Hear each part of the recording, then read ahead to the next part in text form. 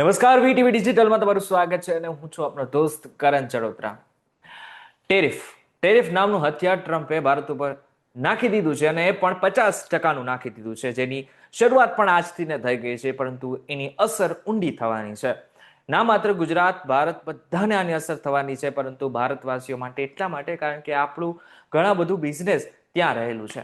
હવે એની શું શું અસર થશે આપણે ડિટેલમાં વાત કરીશું, પરંતુ અત્યારે આપણી સાથે એક વ્યક્તિ જોડાયા છે જેમનું નામ છે સુનિલભાઈ પારેખ, જેઓ સિનિયર ઇન્ડસ્ટ્રીયલ વેટરનર આની સાથે વર્લ્ડ ઇકોનોમિક ફોરમના ક્યુરેટર છે.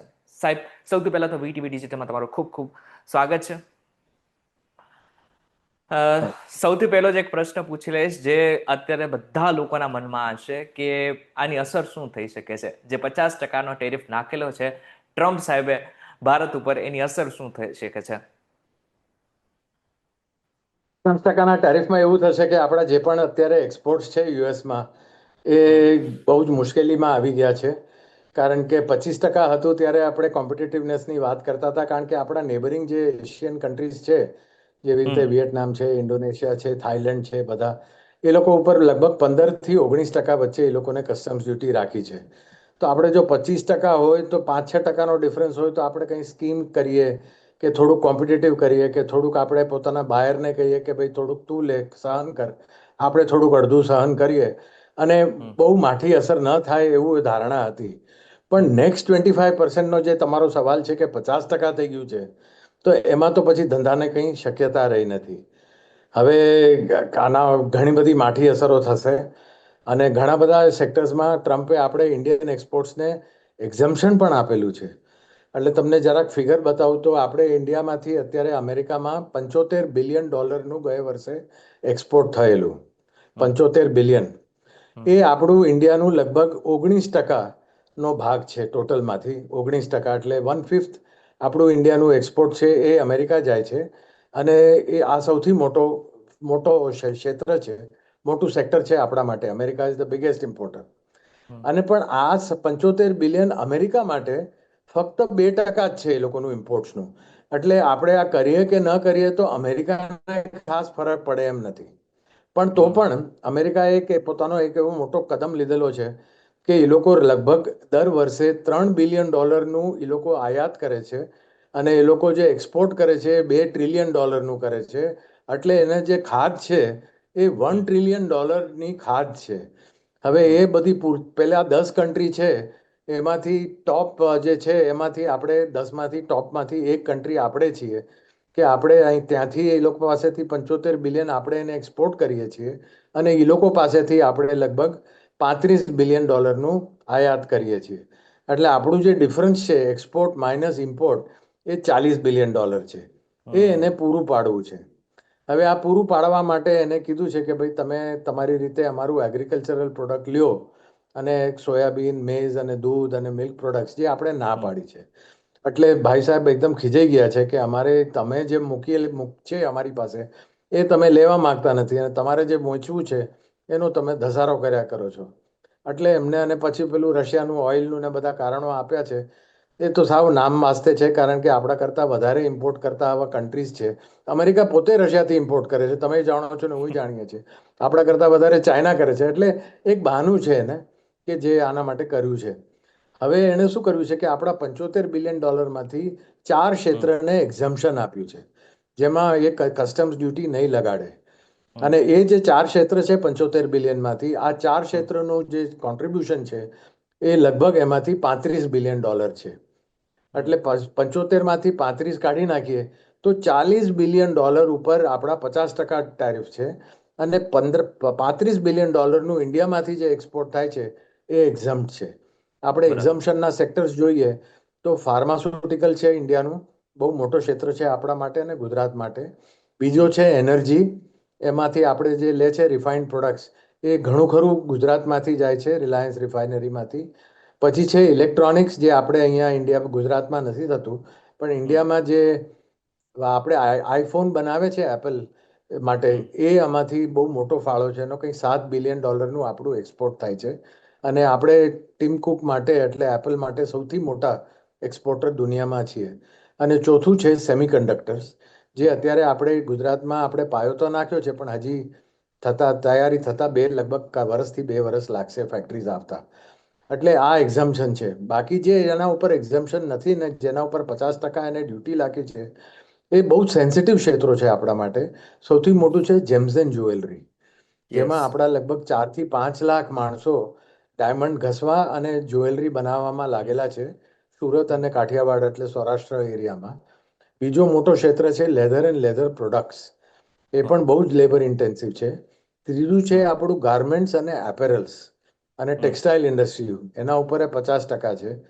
અને પછી ફિશરીઝ ઉપર છે, જે આપણે સૌરાષ્ટ્ર એરિયામાંથી શ્રિમ્સ મોકલીએ છીએ અને દર વર્ષે આપણે $1 બિલિયન એક્સપોર્ટ કરીએ છીએ અને દર વર્ષે લગભગ $1 બિલિયન એનો એક્સપોર્ટથી વધ્યા કરે છે. એટલે બહુ મોટો ક્ષેત્ર છે. ડિફિકલ્ટીથી આપણે એને કેળવણી કરી છે અને અત્યારે આના કારણે હવે એ ભાંગી તૂટશે એવું લાગે છે. પછી આપણે કેમિકલ એરિયા બહુ મોટો છે યસ. કારણ કે ગુજરાત માટે સૌથી મોટો ફાળ આપણે કેમિકલ અને પેટ્રોકેમિકલ્સનો છે. એના ઉપર પણ એને 50% ડ્યુટી નાખી છે. એટલે આમ બધી રીતે આપણે જોઈએ તો ઇન્ડિયાને અને ગુજરાતમાં આ 5-6 જે મેજર લેબર ઇન્ટેન્સિવ સેક્ટર છે, એના ઉપર બહુ જ માઠી અસર થશે, કારણ કે એક્સપોર્ટ આખો આપણો હવે તૂટી જવાનો છે, કારણ કે જે થતો એ અત્યારે નથી રહ્યો. બરાબર છે. એટલે મેજર એક ઇમ્પેક્ટ પ્રશ્ન આમાં છે.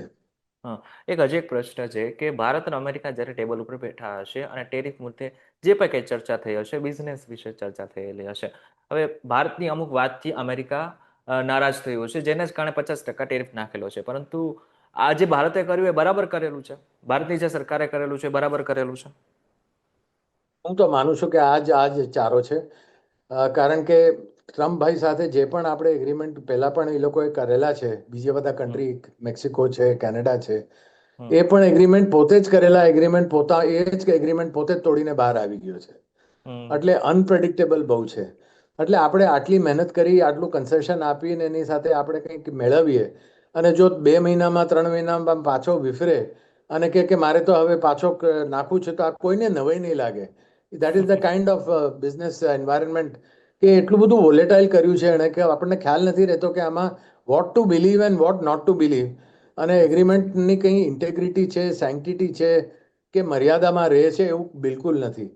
એટલે આપણને બધાને એમ થાય છે કે આટલું ઘસીને આપણે આમાં આપણા ફાર્મરને હેરાન કરી. આપણા મેઝમાં જુઓ તો 13 મિલિયન હેક્ટર આપણે મેઝમાં છે અને સોયાબીનમાં 14 મિલિયન હેક્ટર ના બધા જે ફાર્મર છે એ એરિયા આપણો સોયાબીનમાં છે. હવે આ એરિયામાં આપણે મેઝમાં છે, આપણે જેનેટિકલી મોડિફાઈડ સીડ્સ એલાઉ નથી કરતા. આપણે ઇન્ડિયામાં નોટ અલાઉડ છે. અમેરિકામાંથી જે માલ આવે છે એ જેનેટિકલી મોડિફાઈડ છે. તો હવે આ વ્યાજબી છે કિરણભાઈ, કે જે વસ્તુ આપણે નથી માનતા અને આપણી સુપ્રીમ કોર્ટે ના પાડેલી છે અને મિનિસ્ટ્રી ઓફ એગ્રીકલ્ચરે બેન કર્યું છે કે આપણા ખેડૂતો આ સીડ્સ ન વાપરી શકે, તો એ કઈ જાતની આર્ગ્યુમેન્ટ છે કે એ લોકોને આપણે હાઈ yielding વેરાયટી જે ઇમ્પોર્ટેડ છે એની સાથે આપણે હરીફાઈમાં મૂકીએ, પણ આપણે એને ફ્રીડમ ના આપીએ કે એ વસ્તુ વાપરી શકે કે જેનેથી હરીફાઈમાં જોડાઈ શકે. યસ. એટલે આમાં તો આપણે કંઈ ચારો જ નથી. There is no possibility. અને એ લોકોનું મિલ્ક પ્રોડક્ટ્સ છે, એ લોકોની ગાયોને બધાને આ લોકોએ નોનવેજ ખવડાવે છે. હવે આપણે તો અહીંયા પ્રિડોમિનન્ટલી વેજીટેરિયન દેશ છે. હવે યસ. આવી રીતે એ લોકો કન્ડિશન મૂકે કે આપણે કીધું કે આપણે ધીરે ધીરે ઇમ્પોર્ટ કરીએ, તો કે ધીરે ધીરે નહીં, જે દિવસે એગ્રીમેન્ટ સાઇન થશે બીજે દિવસેથી આખું ખોલી નાખવાનું.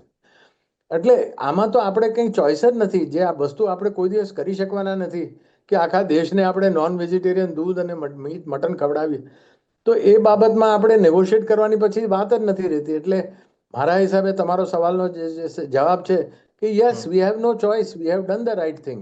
આના સિવાય આપણો ચારો જ નથી. We are right. અચ્છા, રશિયા સાથેના જે ઓઇલની ખરીદી છે એમાં સૌથી પહેલા તો ચીન આવે છે. એ પણ 40% ઉપરનું એ લગભગ રશિયા પાસેથી ઓઇલ ખરીદે છે. આ બાદ ભારત આવે છે 37%ની આસપાસ ક્યાંક ને ક્યાંક, અને પછી તુર્કી આવે છે. તુર્કી ઉપર પણ એને કોઈ એટલો બધો ટેક્સ નથી લગાવ્યો. ટેરિફ લગાવેલો છે, જે જૂનો લગાવેલો છે જ એના ઉપર પછી કોઈ વિચારણા એમને નથી કરેલી. આ બાદ ચીન ઉપર એ ટેક્સ લગાવેલો હતો, ટેરિફ લગાવેલો હતો. આ બાદમાં ચીને વળતો જવાબ આપ્યો અને ટેરિફ લગાવ્યો, જેને જ કારણે અત્યારે ક્યાંક ને ક્યાંક ટ્રમ્પ શાંત થઈ ગયા છે. પરંતુ ક્યાંક એવું નથી લાગતું કે ભારતે પણ આવું જ ક્યાંક કરવું જોઈતું હતું, કે ભારતે પણ કડક વલણ અપનાવીને અમેરિકાને સીધો જવાબ આપવો જોઈતો હતો? છે ને, ચાઇના પાસે એક બહુ મોટું શસ્ત્ર છે અને એના કારણે એવું બરાબર ઊભું રહેશે. એ લોકો ઇંગ્લિશ લેંગ્વેજ એને કહે છે લીવરેજ. એની પાસે લીવરેજ શું છે? તો એની પાસે લીવરેજ છે ક્રિટિકલ અર્થ અને ક્રિટિકલ મિનરલ્સનું, જે ઓકે. આખા દેશ, આખા દુનિયાના લગભગ 70 to 80% રિફાઇનિંગ કેપેસિટી એવા ક્રિટિકલ મિનરલ્સ ઉપર છે. એ બધી ચાઇનામાં છે. એના વગર ઓકે. તમે ટેલિવિઝનથી લઈને, ગાડીથી લઈને, ડિફેન્સ ઇક્વિપમેન્ટથી લઈને ટેલિકોમ્યુનિકેશન ઇક્વિપમેન્ટ ન બનાવી શકો. એટલે એ લીવરેજ એમની પાસે છે. આપણી પાસે કોઈ એવું લીવરેજ નથી. એટલે આપણે તો હવે વી હેવ નો ઇક્વિવેલન્ટ કે આપણે એના દબાણમાં આવીએ. અને આપણે જીઓપોલિટિક્સમાં આપણે પોતાની જાતને ઓટોનોમસ અને ઇન્ડિપેન્ડન્ટ રાખ્યું છે. We have not gone towards Russia, we have not gone towards America. આપણે કીધું છે કે અમે બધા દેશોથી સારી રિલેશનશિપ રાખવા માંગીએ છીએ, અને જે પણ દેશ આપને ફેવરેબલ ટર્મ્સ આપશે ટ્રેડની, એ અમે એની સાથે ટ્રેડિંગ કરશું. અમારે કોઈ કન્ટ્રીનું એલાયન્સ કે એવી રીતે અમારે નથી કરવું. અમે ખરીદી બધા સાથે મિત્રતા રાખીને આગળ વધવું છે. એ ટ્રમ્પને હવે માન્ય નથી. એ કહે છે either you are with me or you are my enemy. હવે આ આખા વાતાવરણમાં જો તમારે ન્યુટ્રલ રહેવું હોય તો પણ તમે એનિમી થઈ જાઓ, એવી પરિસ્થિતિ આ ભાઈએ ઊભી કરી છે. એટલે આપણે કંઈ સામે એવો મોટો જવાબ કે એવી રીતે આપણી પાસે કંઈ લીવરેજ નથી કે જે ચાઇનાએ કર્યું અને ઊભો રહી શક્યો. એ આપણી પાસે એવું લીવરેજ નથી. હું નથી માનતો કે આપણે એવી રીતે કરીએ. આપણે બરાબર છે. રિટાલિએટરી ટેરિફ નાખીએ અને એ પછી આપણા ટેરિફ ઉપર બીજા ટેરિફ નાખે, કે બીજા સેન્કશન્સ નાખે, કે આપણી સર્વિસીસ છે, આપણી આઈટી ઇન્ડસ્ટ્રીનો આટલો મોટો પર્સન્ટેજ અત્યારે અમેરિકા એક્સપોર્ટ થાય છે, ટીસીએસ છે, કે એના ઉપર જો બધી સેન્કશન આવી જાય તો આપણા બીજા 5.5 લાખ, 5.5 મિલિયન એટલે 55 લાખ માણસોની નોકરીને ધક્કો લાગી શકે એમ છે. એટલે આઈ ડોન્ટ થિંક આપણે એની સાથે કંઈક આના માટે બાજવા માટે કે હરીફાઈમાં ઉતરી કે તે 30% નાખ્યા, 50% નાખ્યા તો હું તમારી પ્રોડક્ટ્સ ઉપર બીજા 50% નાખી, એમાં આપણને કંઈ વળવાનું નથી. એટલે હું બરાબર એમ છે. માનું છું કે આ ક્ષેત્રમાં હવે જે એણે કર્યું એ કર્યું. આપણે પોતાનું કરી રાખ્યું છે ને આપણે આમાંથી સોલ્યુશન બીજા કાઢવાના છે. બરાબર છે. આપ જોવા જઈએ તો અમેરિકા સાથેનો આપણો જે વેપાર છે, ભારત જે અમેરિકા સાથે વેપાર કરે છે, લગભગ છેલ્લા 5 વર્ષની અંદર 75 બિલિયન થી લઈને 82 બિલિયન ડોલરની આસપાસનો રહ્યો છે, કે જે આપણી જીડીપીનો લગભગ 2.5%ની આસપાસ છે. પરંતુ હવે જ્યારે આની અસર થયેલી છે ત્યારે જીડીપી ઉપર તો આની અસર થવાની જ છે. એના માટે થઈને કદાચ આ વખતે 15મી ઓગસ્ટે વડાપ્રધાન નરેન્દ્ર મોદીએ એક નવી વસ્તુ પણ લાવી, અને એ છે કે જીએસટીમાં નવા રિફોર્મ્સ લાવવામાં આવશે. પણ આ બંનેનું કોઈ કમ્પેરિઝન છે ખરા? કારણ કે અત્યારે ન્યૂઝ ચાલી રહ્યા છે કે જીએસટીમાં રિફોર્મ લાવવામાં આવશે, અને જે બે જીએસટી રહેશે, 12% અને 18%. પણ એની અસર થઈ શકે છે? આપણે શું દેશને અસર થશે ને? એટલે આ બે જીએસટીના રેટ થઈ જાય તો ઘણું સિમ્પ્લિફિકેશન થઈ જશે અને રિડક્શન પણ થશે. એટલે ભાવ ઘટે એટલે આપણી ડોમેસ્ટિક માર્કેટ વધશે. એટલે જે આપણે ઉત્પાદન એક્સપોર્ટ કરતા હતા તો એ બીજા કન્ટ્રીને પણ આપણે એક્સપોર્ટ કરીએ અને મીન ટાઈમ એ ડોમેસ્ટિક વેચી શકાય. તો એટલીસ્ટ આપણે જે ઇન્ડસ્ટ્રીયલ એક્સપાન્શન કે ઇન્ડસ્ટ્રીયલ જે પ્રોડક્શન હતું એ જો ખપી જાય આ વર્ષે 6 મહિનામાં, તો બીજી માર્કેટ ત્યાં સુધીમાં આપણે ડેવલપ કરી શકીએ. એટલે બહુ સારો પગલો છે. આ રિફોર્મ્સ છે, ઇઝ ઓફ ડુઈંગ બિઝનેસના બીજા બધા રિફોર્મ્સ છે. આપણે રેગ્યુલેટરી કમ્પ્લાયન્સ કહીએ છીએ કે એક ઇન્ડસ્ટ્રીને અત્યારે એક શરૂ કરે ત્યાંથી બંધ થાય તો લગભગ એમાં 17,000 ફોર્મ્સ ભરવાના હોય છે. એ બધું અચ્છા. જો 17,000 ફોર્મમાંથી જો 500,000 જે એસેન્શિયલ છે એ રાખીને બધામાં બાદબાકી આપી દે, માફી આપી દે, તો ઇન્ડસ્ટ્રી આવે, જમીન લે અને પોતાનું કારોબાર શરૂ કરી દે. અને એ સિમ્પ્લિફિકેશન થઈ જાય તો ઘણી બધી ઇન્ડસ્ટ્રીને અત્યારે એને પ્રોત્સાહન એવી રીતે મળશે કે ઇઝ ઓફ ડુઈંગ બિઝનેસ વધી ગયું છે. એટલે આ બરાબર. બધા ઘણી બધા રિફોર્મ્સ છે ને બધું લિસ્ટ એ લોકોએ ગવર્મેન્ટે તૈયાર કરેલું છે કે આપણે હવે જ્યારે જ્યારે ક્રાઇસિસ થાય ત્યારે રિફોર્મ આપણે હંમેશા કરી શકીએ. તમે યાદ છે તમને 1991 જ્યારે આપણે લિબરલાઇઝેશનનું થયેલું યસ. ત્યારે મોટી ક્રાઇસિસ હતી, ફોરેન એક્સચેન્જ ક્રાઇસિસ હતી. અને ઇટ વોઝ સચ અ બિગ ક્રાઇસિસ કે આ કર્યા વગર ચાલે એમ નહોતું, તો ધરાહાર બધું કર્યું. એ રીતે જ અત્યારે આપણે ફાર્મના 3 બિલ્સ મૂકેલા પણ ત્રણે રિજેક્ટ થઈ ગયેલા પાર્લામેન્ટમાં. પણ આ રિફોર્મ જરૂરી છે કે આપણું અત્યારે agricultural sector American agricultural sector સાથે કોમ્પિટ થાય તો એ આ બધા રિફોર્મ્સ નેસેસરી છે. પ્રોટેક્શનમાં શું થાય છે કે ઇન્ડસ્ટ્રી નોન કોમ્પિટિટિવ થઈ જાય છે. તમે ધીરે ધીરે એને કોમ્પિટિટિવ એન્વાયરમેન્ટમાં ઉતારો તે પોતાની જાતે ધીરે ધીરે ઇનોવેશન અને એફિશિયન્સી વધતી જ જાય છે. ક્લાસમાં હરીફાઈ ન હોય તો ફર્સ્ટ એન્ડ લાસ્ટમાં શું ફેર પડશે યાર યસ. છોકરાઓમાં? હરીફાઈ તો હોવી જ જોઈએ. પણ આપણે બહુ ઓવર પ્રોટેક્શન કર્યું છે. એટલે મને એમ ધારણા એવી છે કે આ ક્રાઇસિસમાંથી આપણને લેસન એ મળશે, આપણી ઇન્ડસ્ટ્રી અને આપણા એગ્રીકલ્ચરને ધીરે ધીરે હવે આપણે ડેફિનેટલી એક્સપોર્ટ કરવા માટે જો સક્ષમ કરવા હોય તો કોમ્પિટિશનને એક્સપોઝર આપવું પડશે. સાહેબ છેલ્લો એક પ્રશ્ન પૂછી લઈશ કે તમે કહી રહ્યા છો કે જીએસટી થી આમ છેલ્લે જોવા જાય તો ઇનડાયરેક્ટલી ફાયદો થઈ શકે છે, પરંતુ અમુક એવા બિઝનેસ છે કે જેમ કે ઝવેરાતના બિઝનેસ છે.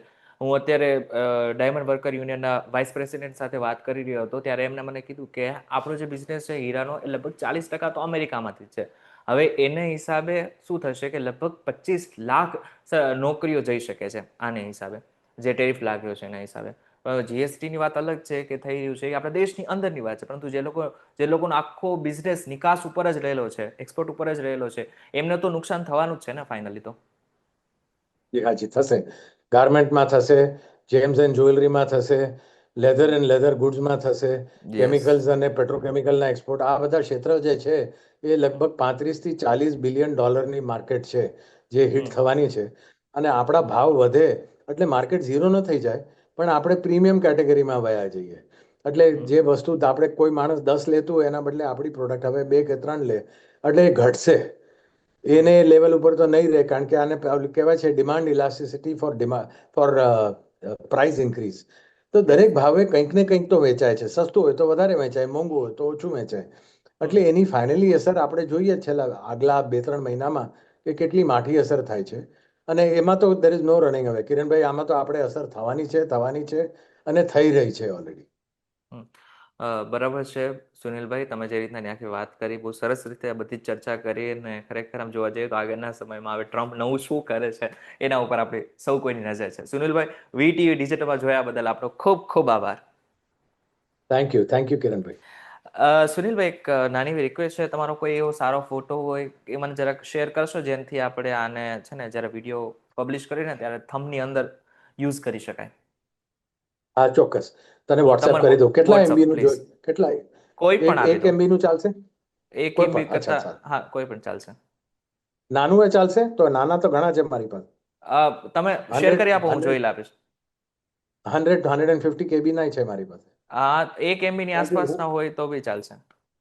સારું, કારણ કે હું અત્યારે ઓકે દિલ્હીમાં છું, જોઈ લો કઈ કઈ છે મારી પાસે અહીંયા. ઓકે, સારું that's sir. It. Thank you so much.